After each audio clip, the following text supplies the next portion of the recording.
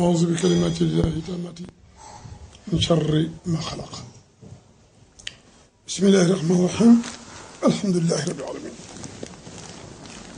اللهم صل على النبي خلق من النور بنوره وهو النور سيدنا ونبينا ومولانا محمد نور الأنوار وسر الأسرار وترياق الأغيار ومفتاح باب اليسار وعلى آله الأصحاب وأصحاب الأخيار وسلم صلاة دائمة بدوام الله ذي البقاء والقدم يا قادر يا قادر يا مقتدر. Chers amis, chers collègues légionnaires, nous continuons donc notre émission concernant le prophète. Je pense d'ailleurs qu'il est important de consacrer cette émission à la nuit de Qadr. La nuit de Qadr, Dieu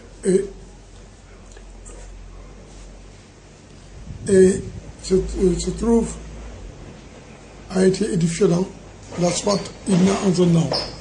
Inna anzalnahu fi laylatil qadr. Wa ma adraka ma laylatul qadr. Laylatul qadr khayrun min alfi shahr. Tanazzalu malaikatu wa ruhu fiha bi rabbihim min kulli amr salamun hiya hatta matla'il fajr. On dit que cette sourate est le condensé des réalités et surréalités, des sous-réalités incommensurables de la vérité mohammedienne, al-Haqqat Muhammadiyya sallallahu alayhi wa sallam. On interrogea un jour l'épouse bénie du prophète Sayyidatna Aïcha, la vertueuse, la pure, la sereine, la sainte, la mère de la Oumma, sur le prophète.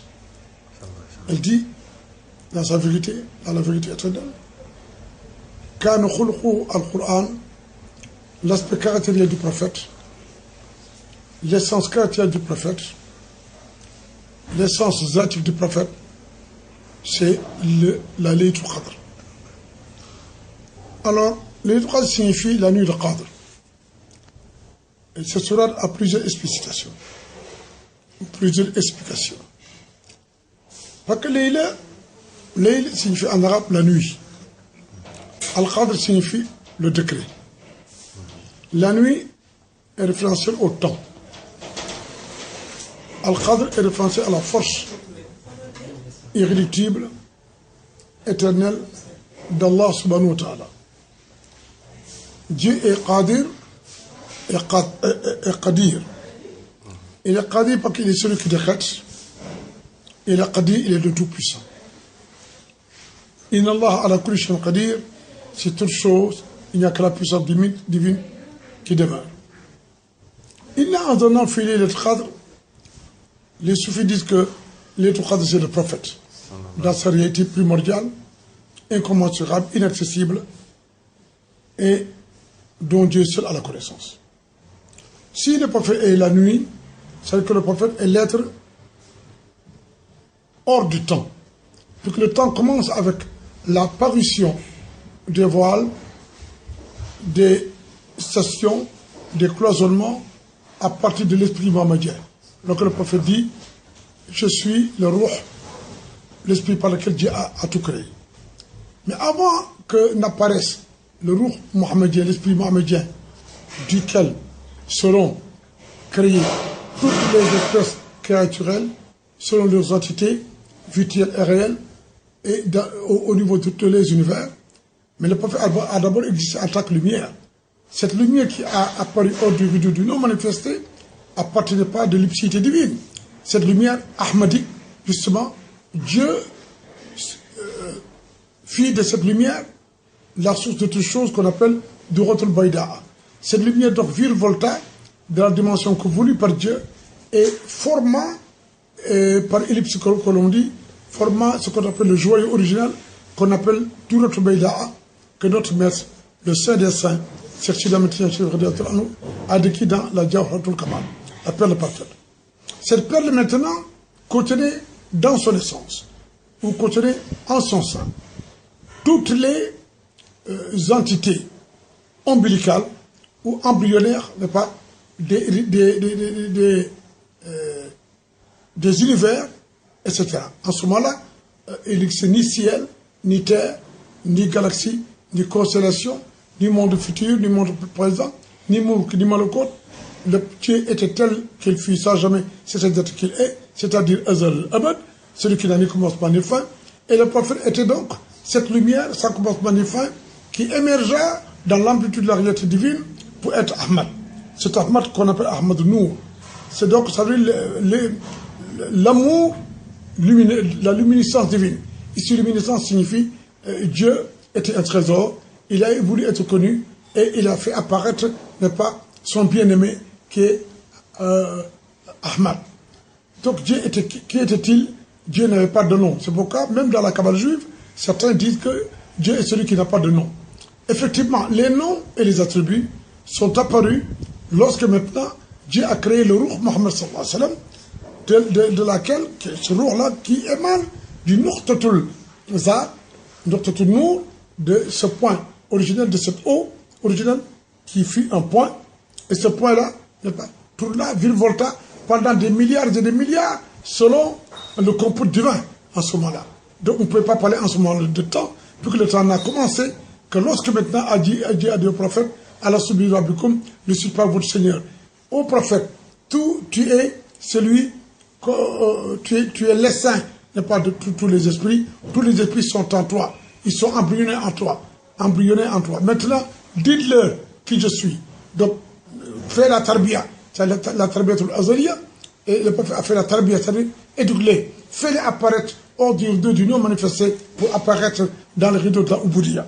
C'est encore pour laquelle le mot Balla, le Ba, le Lam et le Ya sont les trois éléments essentiels qui sont à l'origine de la production, n'est-ce pas, des espèces créatuelles, à l'état embryonnaire d'ailleurs, n'est-ce pas, et également qui sont à l'origine de la filamentation des ombilications existentielles, entendu que les êtres tous formaient une grappe, comme la grappe de raisin, autour, n'est pas, de ce Shajaratul Kawn, de ce Shajaratul Arwah, l'arbre de l'univers, des esprits, qui était le prophète Mohammed sallallahu alayhi wa sallam. Et l'on dit que lorsque Dieu dit au prophète, informe-leur qui je suis. C'est pourquoi le prophète dit, Ana minallah, wal mu'minuna minni. Tous étaient d'abord à l'état de la pure foi. En ce moment-là, donc, ils étaient cloisonnés dans ces dimensions. Il y avait plusieurs cloisonnements, et Dieu dit, les zulumat, alhamdulillah, les khalaq as-samawati wa ard, wa ja'ala zulumati wa nur. Et dès lors, lorsque apparu maintenant al-Mu'arwah, Dieu, de par ça, maintenant, les univers ont commencé à se former, les galaxies, les constellations, et tout. Maintenant, il y a eu les cieux et leurs habitants. Dieu a créé d'abord les anges, il a créé ensuite les djinns, etc. Les humains sont venus à la dernière partie, au dernier moment. Et c'est en ce moment-là, maintenant, que les esprits ont commencé à sortir. Et le prophète maintenant, donc la lumière du prophète maintenant, se transforma avec le mime pour être le Murabbi al-Arwah, avec le mot Rabbi. C'est pourquoi Dieu dit, Alhamdulillah, Rabbi Alamina, louange à Dieu, Seigneur des mondes. Donc Dieu est le Seigneur, mais le prophète est la Seigneurie. Murabbi, c'est celui qui a donc éduqué, qui a permis à tous ces esprits de sortir. Et le mot Rabbi, justement, a précédé le nom Allah. Parce que le nom Allah est un nom de Ubudiyya. Le nom Rabbi est un nom, en fait, d'occultation, un nom qui intervient dans le cadre de l'intériorité des créatures, entendu que la cause pour laquelle, d'ailleurs, Dieu dit « Qul a'udhu bi rabbin nas, malikin nas ilahin nas ». Bi rabbin nas, ça veut dire que Dieu dit « Je suis le Seigneur de l'être, de la jante créaturelle » lorsqu'ils étaient à l'état du spermatozoïde. Donc ils étaient occultés dans le ventre de leur mère. Que c'est de toutes les espèces créaturelles. Ensuite, Malikinas. Et maintenant, lorsque maintenant ces créatures se sont développées jusqu'au moment de la naissance, eh bien, l'être sort, il sort pas du néant, il sort d'une existence occultée, extrêmement complexe, évidemment, par lequel 129 est intervenu et 160. Parce qu'au moment, en fait, même dans le ventre de la femme, lorsqu'il y a le fœtus, il faut dire que c'est au 121e jour que la femme en grossesse, maintenant, le fœtus entre en état, et ça devient, c'est un mouvement terrible, giratoire. Et dans ce mouvement, le zikr de ce fœtus-là est un zikr sans zikr, c'est-à-dire c'est un zikr qui ne se référencie pas à des mots, à des consonnes, à des voyelles. C'est un zikr qui se référencie au souffle originel. Parce que vous savez que dans l'alphabet arabe, il y a deux lettres fondamentales, ha et he. Le ha, c'est hayyu, la vie, le vivant. Donc le fœtus vit, mais il n'est pas encore la vie. Et he, c'est huwa, et dans le huwa, c'est l'ipséité divine. Mais dans l'ipséité divine, il y a hadi, c'est la guidance. Donc lorsque l'enfant, le fœtus est dans le ventre de la mère, il évolue entre deux lettres fondamentales, le ha et le ha. Le ha de la hidayah, parce que c'est Dieu qui guide qui il veut, et éloigne qui il guide veut, mais la guidance du fœtus dans le ventre de la mère, Dieu a dit, j'ai créé l'être de transformation en transformation. Il est évident, du premier mois, 2, 3, 4, 5, 6, 7, 8, 9e mois, eh bien, il y a la naissance. Mais il est évident que parfois, la naissance, l'apparaître du fœtus en parfait état, n'est pas d'humanisation, peut se faire selon le nombre 7 et le nombre 9. On voit que la femme peut accoucher à partir du 7e mois. Ça va. Et du 9. C'est pourquoi on dit 7, 5, 7 fois 9, 63. Le verset, en fait, n'est pas de la salat al-Nabi, inna Allah wa malaikatu yusalluna ala nabi, ya ayyuhallazina amanu sallu alayhi wa sallimu taslima. N'est pas? Ce verset est composé de 63 lettres qui sont les années, exactement les années que vécurent le prophète en apparence ici sur terre. Mais le prophète est la vue, le prophète est la vie, le prophète est l'existence pleine et entière, le prophète est l'essence et la quintessence de toutes choses. Sans le prophète, rien n'aurait été. Sans le prophète, nous ne serions pas. Sans le prophète, il nous aurait été impossible de connaître Dieu, puisque le prophète est le livre caché, et le livre ouvert, et le livre crypté, et le livre divin. C'est ça, Dieu en parle dans la sourate Al-Baqarah. Alif, la mim, je jure, par le phonème Alif, toi, le prophète, tu es Ahmad. Lam, toi, le prophète, tu es Lao, tu es mon organigramme, tu es mon creuset, tu es le Kanzul Mutalsam, tu es le creuset de mes trésors, tu es mon trésor en qui j'ai confiné mes lumières, mes secrets, les axiomes de ma sapientialité. Tu es celui à qui j'ai tout donné, parce que tu es mon Habibi, tu es mon bien-aimé. Et deux lettres interviennent, l'Alif et le Lam. Al-Habib, qui te donne le nombre 53. Le nombre 53, c'est effectivement Al-Habib, qui correspond à Ahmad. C'est que par le prophète dit, sallallahu alayhi wa sallam, je suis Ahmad Salamim, et Dieu est celui et Ahad. À la condition que lui, il est l'éternel, qui n'a ni commencement ni fin, et moi, je suis celui qui émane de lui. Donc, Ahmad est lumière, non créée, mais dans la galaxie du langage humain, on est obligé de dire qu'Ahmad est créé, puisqu'il est typifié par Mohammed, à qui on a pris le nom Ahmad. Mais Ahmad signifie la lumière principale, originelle, qui émana de l'unicité divine et qui fut tel qu'il fut, sans jamais d'avoir de commencement ni de fin qu'en Dieu. C'est pourquoi si nous disons Inna lillahi wa inna ilayhi raji'un, ça veut dire, c'est pas nous qui parlons, nous venons de Dieu et nous retournons à lui. Donc si le retour se fait en Dieu, le pardon absolument se fait par lui. Donc le voyage en Dieu, par Dieu, pour Dieu, avec Dieu, c'est simplement le voyage initiatique, le voyage mohammedien sallallahu alayhi wa sallam. Et c'est dans cette inscription qu'il faut saisir une chose. Donc 9 fois 7 égale 63. Le prophète a vécu 63 ans. 63 c'est 6 et 3 ça fait 9. 9 c'est la quintessence, c'est le secret de tous les nombres. Quand tu dis 1, 2, 3, 4, 5, 6, 7, 8, 9, tu peux aller au-delà. Tu es obligé de prendre l'alif, n'est-ce pas, qui est la ligne verticale, d'en faire une jonction ovoïdale, et là tu auras ce que nous appelons l'alpha et l'oméga. Ça forme un zéro. Ce zéro est un nombre fini et infini. Il suffit de l'appliquer au début de 1, vous avez 10. Vous rajoutez, vous avez 100. Vous rajoutez, vous avez 1000. Et Dieu dit, un seul jour chez vous, chez Dieu, c'est 1000 ans chez vous. Un seul jour, 1, c'est alif. Il suffit de dire, Dieu dit, c'est 1000 ans chez vous. Alif, vous faites alfou, c'est 1000. Donc alif, c'est 1. Un seul jour chez vous, chez Dieu, c'est 1000 ans chez vous. Ça veut dire que Dieu n'est pas commandité, ni commandé, ni référencié par le nombre. Au contraire, la science elle-même, qui émane de Dieu, le livre de la science, des sapientialités, la connaissance de la connaissance avec la vérité, c'est le prophète Mohammed sallallahu alayhi wa sallam. C'est pourquoi Dieu dit, vous voulez m'aimer, suivez-le, aimez et je vous aimerai. Et si je vous aime, je vais décanter pour vous tous les secrets de tous les univers parallèles et complémentaires. Et je vais vous informer en vous-même, car si vous me craignez, je vous informerai. Or, la crainte à taqwa, la crainte révérentielle de Dieu, procède de quoi? Elle procède de 3 phases essentielles. D'abord, l'islam, l'iman, l'ihsan. L'islam, c'est la soumission à Dieu. Mais ce n'est pas une soumission du maître, de l'esclave au maître. Cette soumission, c'est l'acceptation en soi, pérennement, n'est pas de la vérité divine qui fait que nous avons été créés par Dieu, de par le prophète Mohammed sallallahu alayhi wa sallam. Donc nous devons tout au prophète qui est l'écluse, qui est l'océan, l'océanité, si tu veux, ou le barème de la louange, du remerciement. La louange alhamdou et du remerciement al-shukru. Alhamdou se référencie à Ahmad et al-shukru se référencie à Muhammad. Ahmad a engendré Mohammed.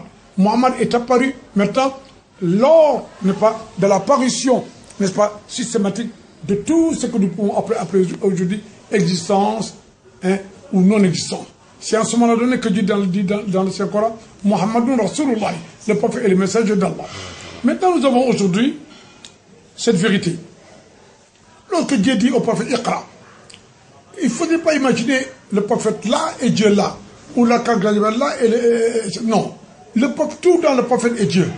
Le prophète, lorsque le prophète, l'archange Gabriel apparut au prophète, sachez en vérité que l'archange Gabriel s'appelle Jibril, Jabraïl. Jibril, ça vient, n'est pas du terme hébraïque, Jaboura, qui signifie la force. Le mot Jabbar en vient d'ailleurs. Mais ici, Jibril signifie tout simplement la force quantitative et qualificative, n'est pas de la sapienza divine, typifiée par le saint prophète.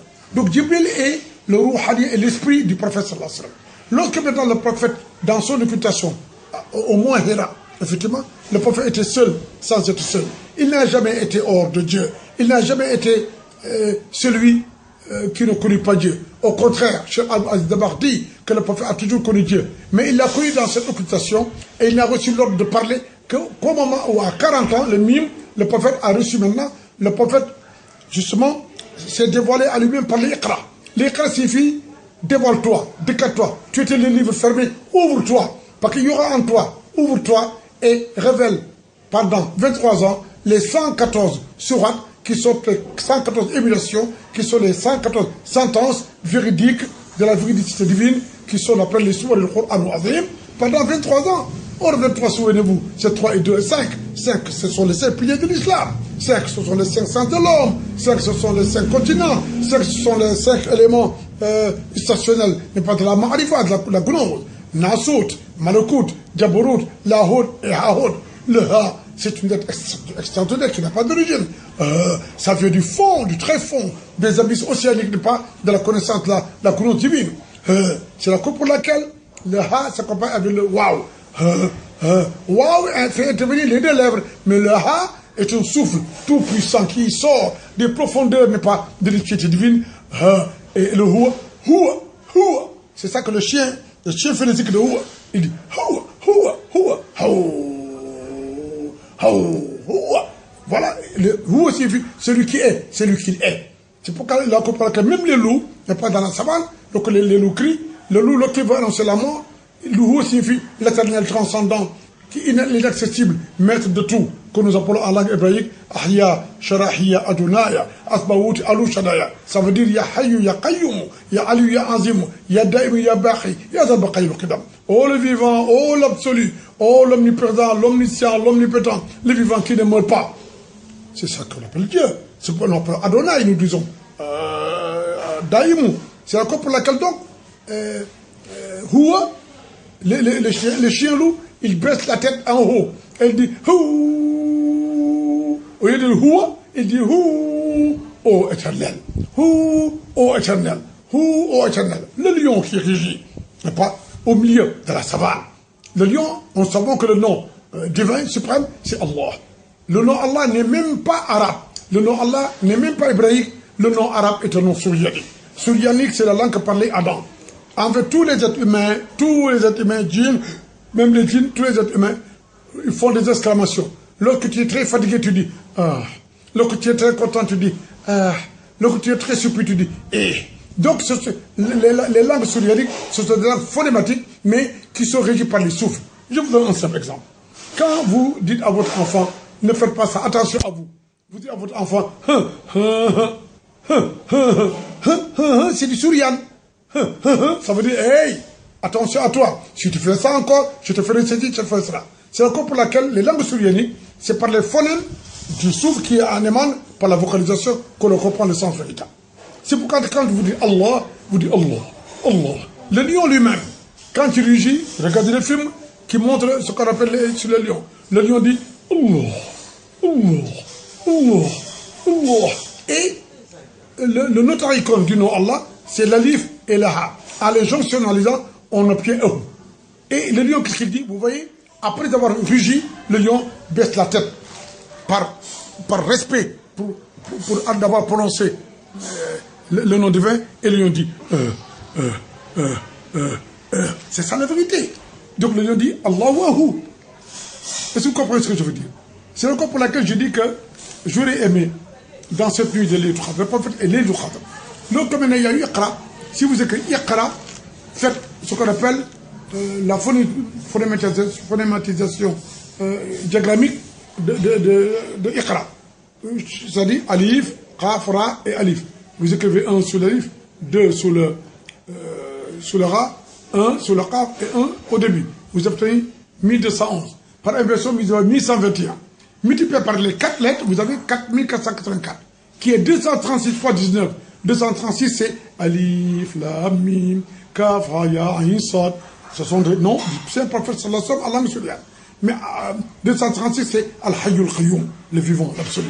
Donc, multiplié par 19, 19 c'est Wahid. Tout le Saint-Coran gravite autour du nombre 19.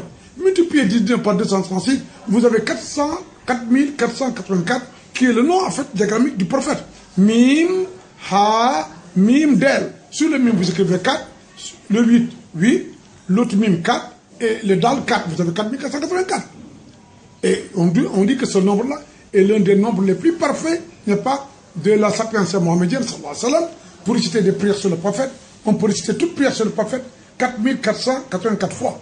C'est pourquoi, cher, vous qui m'écoutez, nous sommes dans la nuit de Qadr. Sachez que le prophète n'est pas le temps. Le prophète est l'essence du temps.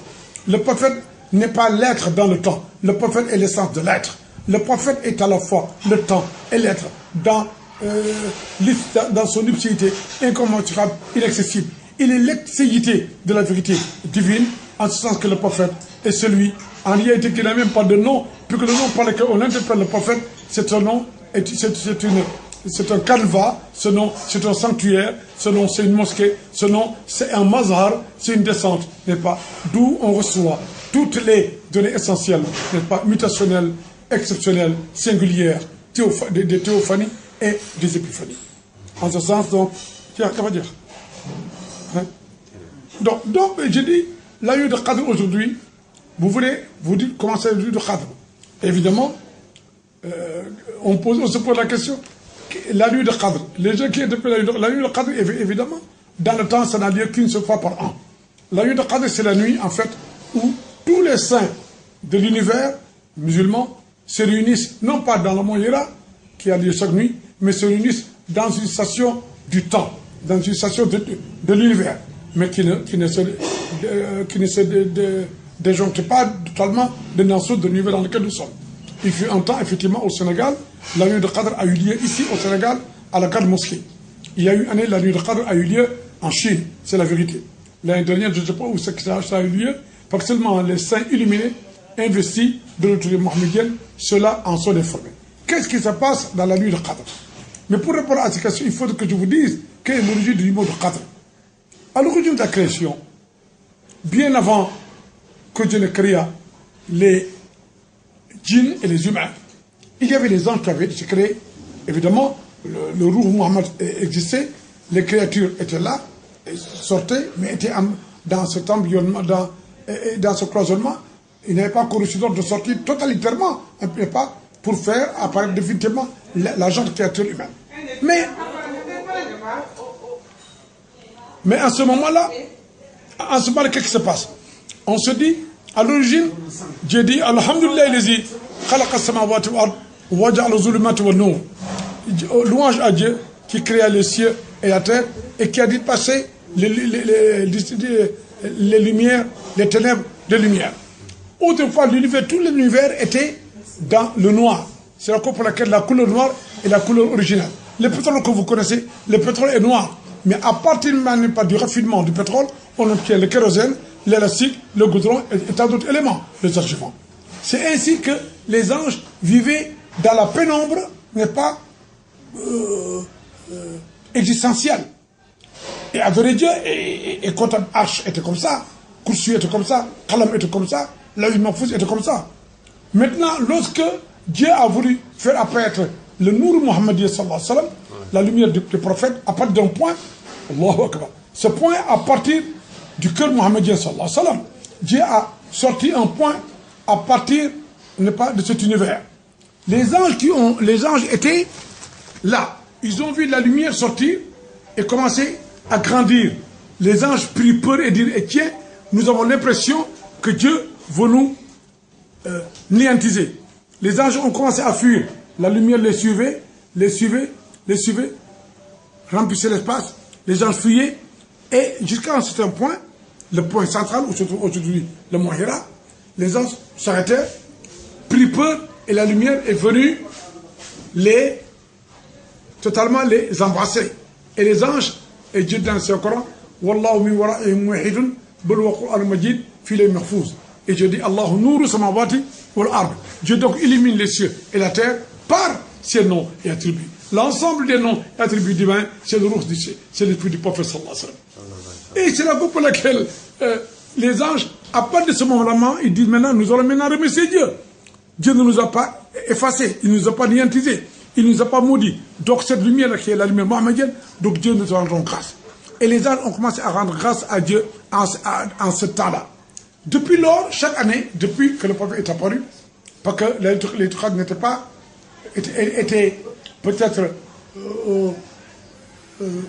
réalisés par d'autres prophètes, mais c'est avec le prophète Mohammed sallallahu alayhi wa sallam que Dieu justement a permis au prophète Mohammed à sa communauté de réaliser la nuit de Qadr, une fois par an. Cette nuit, le prophète vient avec tous les prophètes, sans exception, les 124 000 prophètes, avec tous les saints, vivants et morts, avec toute la famille du prophète. Il se présente, n'est pas, dans cette nuit, dans une nuitée paradisiaque, effectivement. Et cette nuit-là, le prophète apparaît, et le prophète apparaît en tant que tel. Le prophète vient maintenant avec ses tuniques, comme l'on dit. Les Amilouni apportent mal les tuniques. C'est pas que le prophète est sorti en lui-même, est devenu Gabriel. Quand le prophète a regardé Gabriel, il s'est regardé, il a vu Gabriel. Et quand Gabriel s'est regardé, il voyait le prophète Mohammed sallallahu alayhi wa sallam. Et le prophète était devenu ce qu'on appelle le Bahrul Khatamtam. Cet océan était là, plus vaste. Et là, Gabriel a regardé le prophète, il a plongé dans l'océan du prophète. C'est ce qu'on appelle embrassade. Il a plongé, il a essayé de saisir, le prophète l'a saisi. A saisi au contraire Gabriel. Et l'a irrigué de lumière profonde, n'est pas de la majesté divine. Ensuite, Gabriel a plongé une deuxième fois, le prophète l'a irrigué avec les lumières de la munificence divine, de la beauté divine. Ensuite, Gabriel, troisième fois, Gabriel a dit, c'est pourquoi on dit lis, non. Lis signifie, lis en toi les secrets que j'ai confinés en toi, depuis Allah subhanahu. Et tu as dit Balla. Par le sang du bas et du lam et du ya, évidemment, densifié en toi, et par le codex du nombre 23, allez, par l'alif, par le qaf, par le ra, et encore par l'alif. Toi qui es awal et qui est akhir. Parce que l'alif dit iqra. Le premier alif c'est awal, la primordialité. Le deuxième c'est la possibilité. Le qaf, c'est toi qui es le ruh al-Quds. Le ra, toi qui es le rahmatallahi lil alamin. Toi qui es la miséricorde de Dieu. C'est ça. Donc, Gabriel n'a pas fait comme ça avec le prophète. Non, au contraire. Et on dit que l'archange Gabriel, par deux fois, il a puisé de ces sciences extraordinaires, illicissimes, sanctissimes, transcendantales, extraordinaires dans le Mohammed sallallahu alayhi wa sallam. Et quand le prophète descendit, c'est à Tanzilia, Zati, apparente. Le prophète descendit, n'est pas chez son épouse. Ce que les gens racontent, c'est faux. Pour dire que, oui, je peux, couvre-moi, sa femme enlève le turban, le mouchatel dit, où est-il? Non. Le prophète est un prophète, c'est l'imam de tous les prophètes. Il ne peut pas être au-dessous d'une femme qui l'informe de la nature d'un djinn ou d'un ange. Ça, ce sont des Israéliens, ce sont des ignorants qui ont des choses comme ça n'a aucun sens. Au contraire, quand le prophète est venu, il était dans deux états. état de Qabl et état de Bas. État de majesté divine, Dieu l'a couvert depuis Azal. Depuis Azal, Dieu lui avait donné tous les manteaux. Les manteaux sont des manteaux issussimes, des manteaux terribles, des manteaux qui ne sont pas des manteaux... non, les manteaux, ce sont des gradations, etc. Mais les manteaux de majesté que porte le prophète et les manteaux de munificence que porte le prophète, Dieu seul les connaît. Il y en a qui sont occupés par Dieu et dans lesquels Dieu dit Fa'awha ila abdi ma waha. Et j'ai inspiré, j'ai confié, j'ai gratifié de mon serviteur ce que je lui ai gratifié. Et ça, c'est le secret entre lui et moi. C'est donc un secret entre Ahad et Ahmad. Et ensuite, Dieu a gratifié le prophète de ces deux formes de gradation. Ces gradations, l'une, c'est entre lui et Dieu. L'une, c'est entre lui et les prophètes. Lui, c'est entre lui et les anges. Lui, c'est entre lui et toute la création. C'est encore pour laquelle Dieu dit tous ceux qui sont dans les cieux sur la terre proclament la grandeur de Dieu. Donc, je vous le dis en vérité. La plus grande forme de vénération. Les gens disent que, est-ce que la nuit de Qadr et la nuit la nuit de Qadr et la nuit de la naissance du prophète, qui est la meilleure? Mais je dis, mais là, on ne peut pas comparer la nuit de Qadr à la nuit de la naissance du prophète. Mais la nuit de la naissance du prophète est meilleure que la nuit de Qadr, parce que la nuit de Qadr, Dieu dit, Khayru min alfi shahrin. La nuit de Qadr vaut mieux que 1000 mois, qui correspond à 83 ans. Or, 83, c'est bizarre, 83, c'est le nom du prophète, Alhamdou. Hein? 83, le prophète dit, toute chose a un cœur. Le cœur du Saint-Coran, c'est la sourate Yassine. Mais le cœur de la sourate Yassine, c'est Salam Alaykum Rabbil Rahim. Et la sourate Yassine est composée de 83 mots, 83 versets. Donc, vous voyez que donc, ces 83 ans-là, que fit Samson pour adorer Dieu, contre la nuit de Qadr, évidemment, il faut quand même le dire, c'est toujours dans l'amplitude de la réalité mohammedienne, sallallahu alayhi wa sallam. C'est la cause pour laquelle, vous voyez, la naissance du prophète vaut mieux que celle, mais pas de Qadr, vaut mieux que toutes les nuits. Pourquoi? Parce que sans le prophète, rien n'aurait été. Et donc, d'autres soufis, ils disent, attention, la naissance du prophète, il y a deux naissances. Il y a la naissance apparente, qui est son apparition ici, et il y a une autre naissance, qui n'est pas une naissance, qui est son apparition dans le monde célestiel bien avant cet univers-là. Et ça, c'est Qadr. Et tu comprends le problème? Mais, ce qui provoque ce Qadr, on dit que c'est l'étoile qui est apparue, et qui est à l'origine de Qadr, c'est Najm Saqib. C'est l'étoile qu'on appelle le prophète Najm. L'étoile, tu n'as pas compris? L'étoile brillante que connaissait Gabriel. Un jour, le prophète a dit à Gabriel, je suis plus âgé que toi. L'appareil qui apparaît 70 000 fois par an, et que tu as vu toujours que tu ne peux pas l'atteindre, c'est toi, c'était moi. C'est pourquoi le prophète, chaque fois que c'est dans Gabriel, venez voir le prophète, qu'est-ce qu'il lui disait? Il lui disait, Assalamu alaikum, ayyuhal nabi, wa rahmatullahi ta'ala, wa barakatuhu. Salut à toi. Ô messager d'Allah, ô envoyé d'Allah, que la paix de Dieu soit sur toi. Antal Avolou, tu es la primordialité. Ou Antal Akhiru, et tu es la postérité. Antal Zahiru, tu es l'appareil. Ou Antal Batu, et tu es le cultive. Tu n'as pas compris? Et c'est ça qu'on appelle le prophète Mohammed sallallahu alayhi wa sallam. Dans la nuit, combien de minutes? Allahumma dans la prochaine cassette, nous vous dirons pour la nuit de Qadr ce que vous devez faire comme zikr, etc. Mais tout ce